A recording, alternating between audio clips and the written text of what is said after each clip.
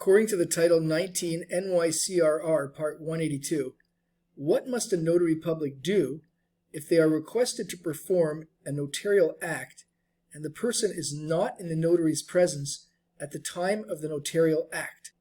To answer this question, let's have a look at Part 182, particularly 182.2, the definitions, and if we jump to subsection K, it provides the definition of personal appearance, which states, personal appearance means presence at a transaction for which a notarial act is required, either physically or electronically in a manner that meets all requirements imposed by this part.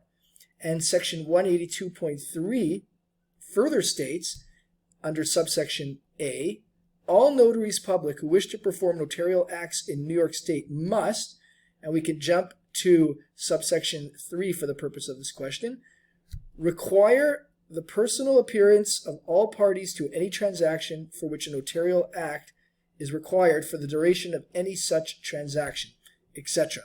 So with this in mind, let's have a look at the four choices to determine our solution. Choice A states, the notary must refuse to perform the notarial act. Now this seems to be the case because we do not have a personal appearance in this instance, but before we mark this as the correct solution, let's have a look at the other choices just to be certain.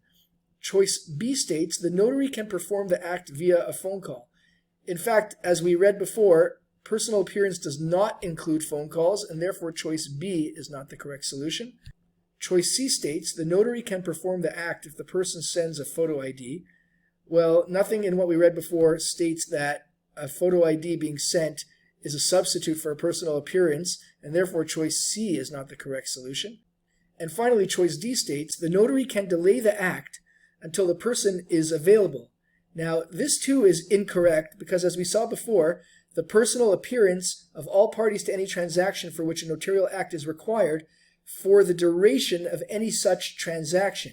So delaying just the act as opposed to having the person in attendance the entire time would not satisfy this part of the law, and therefore choice D is not the correct solution, which leaves choice A. The notary must refuse to perform the notarial act as the correct solution.